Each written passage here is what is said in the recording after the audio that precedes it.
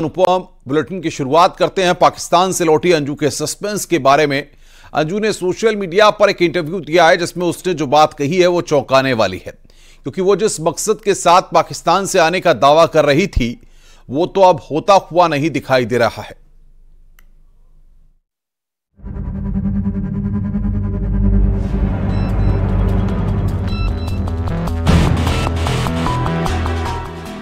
अंजू पहले पाकिस्तान गई, उसके बाद वो अपने प्रेमी से मिली। खैबर पख्तूनख्वा में प्रेमी नसरुल्लाह के साथ निकाह किया। शादी के बाद पाकिस्तान में उसे फातिमा के नाम से जाना जाने लगा। 1 महीने के वीजा पर अंजू पड़ोसी मुल्क गई थी। उसके बाद कई दिनों से भारत आने पर बयान देती रही, लेकिन इस तरह करते करते पाकिस्तान में ही 4 महीने गुजर गए। अंजू के बयानों में स्पष्टता से ज्यादा झूठ की बुनियाद ही दिखाई दे रही थी। लेकिन 4 महीने बाद उसने हिंदुस्तान की सरजमी पर फिर से पांव रखे। इस बार भी अंजू ने यही कहा कि वो अपने बच्चों से मिलने आई है और उन्हें मनाकर अपने साथ ले जाएगी। लेकिन हाल फिलहाल ऐसा होता नहीं दिख रहा, क्योंकि एक कानूनी प्रक्रिया है जो लंबी चल सकती है। अंजू पर पहले से ही राजस्थान के भिवाड़ी में केस दर्ज है। जैसे ही अंजू भारत आई तो सबके मन में यही सवाल था कि वो अपने पति अरविंद से तलाक लेने आई है। लेकिन अभी तक अंजू ने ऐसा भी कोई कदम नहीं उठाया जिससे ये बात पुख्ता हो सके। अंजू के सोशल मीडिया के एक प्लेटफॉर्म पर इंटरव्यू देने से ये बात सामने आई है कि उसने अभी तक अरविंद से तलाक लेने पर भी फैसला नहीं लिया है, न ही उसने तलाक का कोई केस ही फाइल किया है। अंजू बार बार कहती रही है कि पाकिस्तानी पति नसरुल्लाह के साथ रहना चाहती है। अंजू ने अक्सर जो बातें कही हैं वो झूठी ही साबित हुई हैं। ऐसे में अंजू लगातार सस्पेंस बढ़ा रही है। एक तरफ वह अरविंद से बच्चों की कस्टडी लेने के लिए भारत आने की बात कह रही है, तो दूसरी तरफ अरविंद से भी अलग नहीं होती दिख रही। सवाल भी उठ रहा है कि क्या भारत आने के बाद अंजू का इरादा कहीं बदल तो नहीं गया।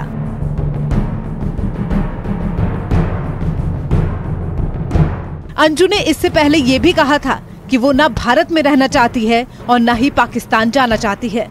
वो दुबई में रहने के सपने देख रही है, लेकिन इसके लिए उसे तमाम कानूनी बाधाओं को पूरा करना होगा। अंजू ने ये भी बताया कि उसके दोनों बच्चों और अरविंद से फोन के जरिए बात हो रही है। अब ये भी सवाल खड़ा हो रहा है कि क्या अंजू नसरुल्लाह के साथ नहीं जाएगी? क्या वो अब ऐसा फैसला लेने वाली है जो अलग ही हो?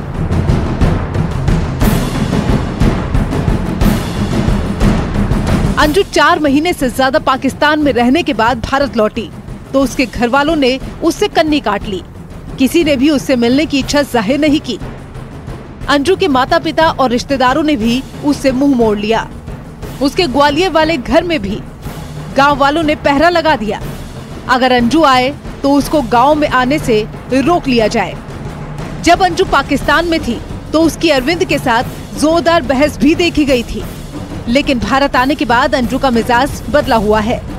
दोनों के बीच में विश्वास की खाई काफी लंबी हो चुकी थी, लेकिन अब बताया जा रहा है कि दोनों के बीच बात हो रही है, जिससे ये कयास भी लगाए जा रहे हैं कि अंजू अब भारत में ही रहेगी। क्योंकि पिछले दिनों उसके पहले पति अरविंद के तेवरों में भी नरमी दिखाई दी। कहा जा रहा है कि अंजू ने अपनी बेटी के साथ भी मुलाकात की है। साथ ही अरविंद ने ये भी कहा था कि आगे दोनों के रिश्ते में क्या होगा ये बच्चों पर ही निर्भर करता है। बच्चे जो चाहेंगे वही होगा। अंजू ने अभी तलाक को लेकर कोई जल्दबाजी भी नहीं दिखाई है। अंजू के प्रेग्नेंट होने की खबरें भी सोशल मीडिया पर तैर रही थी। कहा जा रहा था कि पाकिस्तान में नसरुल्लाह से निकाह के बाद वो मां बनने वाली है। अंजू ने फिलहाल इन खबरों पर भी विराम लगा दिया है। उसने इस खबर को पूरी तरह से अफवाह बताया है। अंजू अभी सुरक्षा एजेंसियों की निगरानी में है। वो इतने महीने पाकिस्तान में रहकर आई है।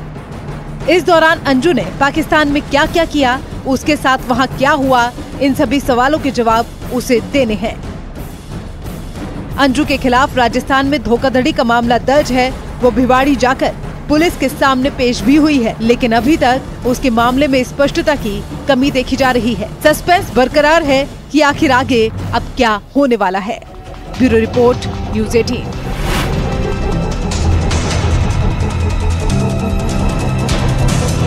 मामलों में भी बढ़ोतरी दिख रही है। अब केरल से कोरोना का एक नया वेरिएंट सामने आ गया है और इसी की वजह से अब चिंता बढ़ने लगी है।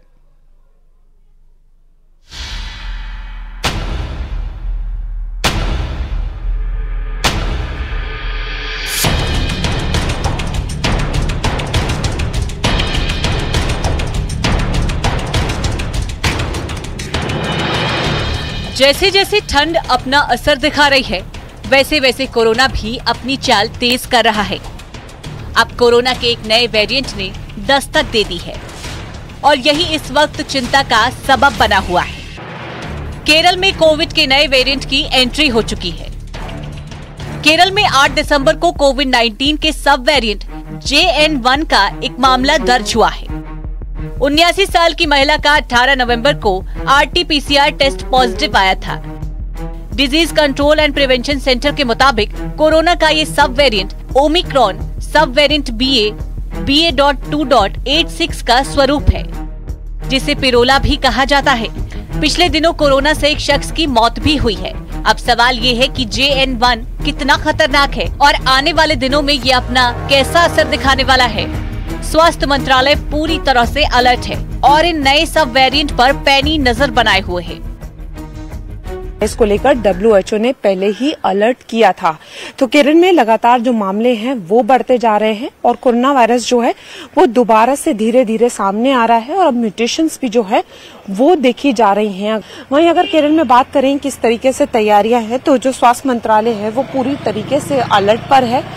कड़ी निगरानी रखी जा रही है और जिस महिला में इसकी पुष्टि हुई है, बताया जा रहा है कि महिला को पहले कोरोना था और वो उससे उभर चुकी थी और उसके बाद उनको इन्फ्लुएंजा के बहुत ही मामूली लक्षण थे। केरल में अगर बात करें तो 90% मामले जो हैं वो केरल में सामने आ रहे हैं। JN1 की पहचान पहली बार लग्जमबर्ग में की गई थी। दुनिया भर में BA.2.86 और इसके सब वेरिएंट के 3608 मामले सामने आए हैं। इनमें से ज्यादातर यूरोप और उत्तरी अमेरिका से हैं। एक्सपर्ट्स ने इसे तेजी से फैलने वाला वेरिएंट बताया है। ये उन्हें भी संक्रमित कर सकता है जिन्हें पहले कोरोना हो चुका है। केंद्रीय स्वास्थ्य मंत्रालय के मुताबिक भारत में कोविड-19 के एक्टिव केस की संख्या 1701 तक पहुंच चुकी है। केरल में संक्रमण के सबसे ज्यादा 1144 मामले सामने आए हैं। सरकार केरल के स्वास्थ्य मंत्रालय के संपर्क में है।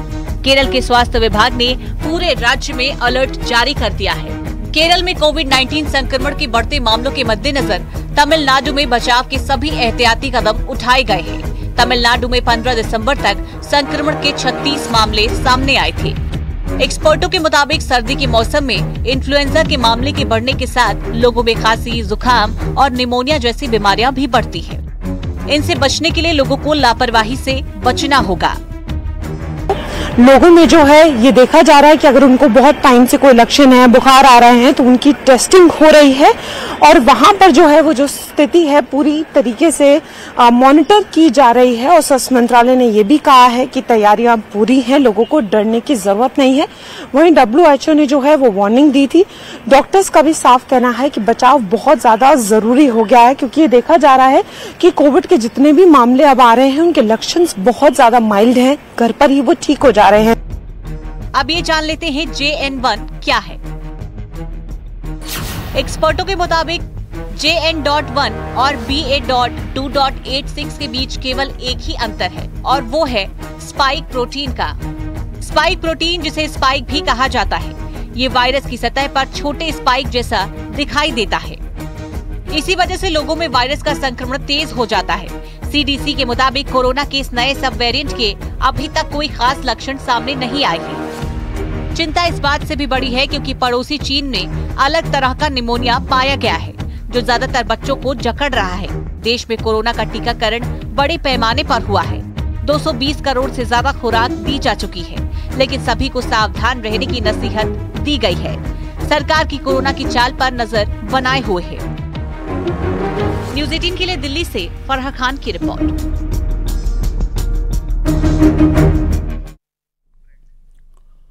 रुक रहे हैं यहां पर एक ब्रेक के लिए। खबरों का सिलसिला लगातार जारी है। कोई दंग रह जाता है। आ गई मेरी मौत का तमाशा देखने। ये मेरा चाचा भी फ्री का नाचेगा और मस्त सो जाएगा। अच्छा ये है आगरा के रहने वाले हर्ष लालवानी, जो एक्टरों की आवाज तो निकालते ही है, सामने वाला इनका टैलेंट देखते ही अचंभित रह जाता है। साउथ इंडियन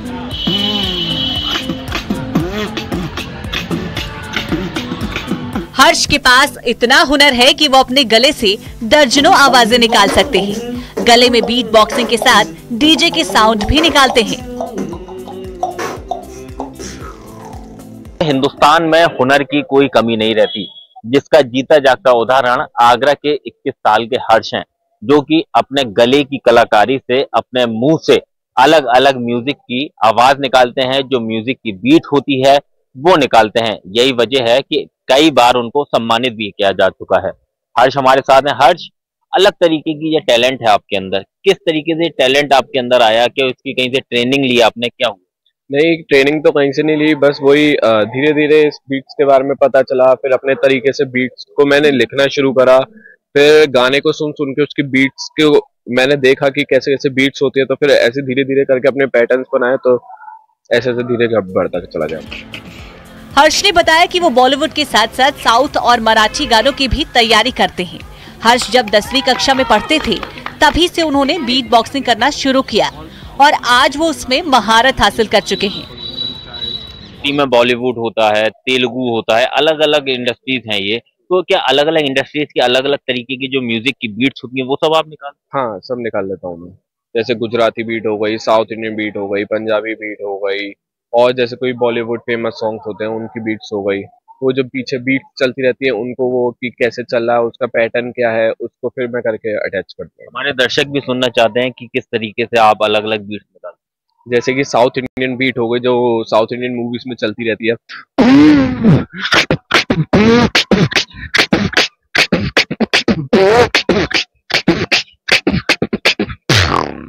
और गुजराती बीट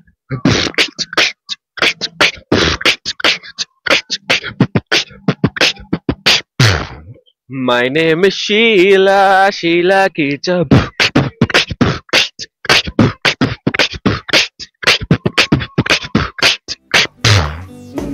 हर्ष ये भी बताते हैं कि जब वो 11वीं कक्षा में पढ़ते थे तभी से उन्होंने स्टेज पर परफॉर्म करना शुरू किया। वो कई शो के लिए सेलेक्ट भी हो चुके हैं। अपनी कला को वो दूर दूर तक पहुंचाना चाहते हैं।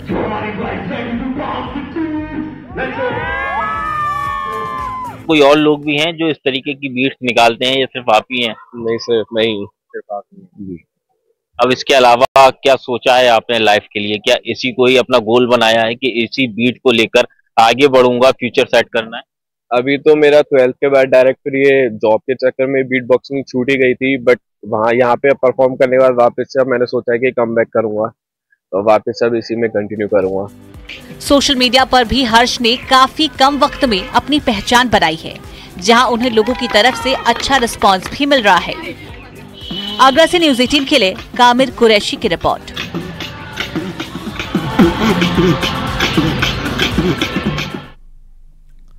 अगर आप बर्फ में फिसलने के शौकीन हैं या आप स्कीइंग में दिलचस्पी रखते हैं तो चले आइए विश्व प्रसिद्ध औली में, जहां स्कीइंग की तैयारी जोरों पर है।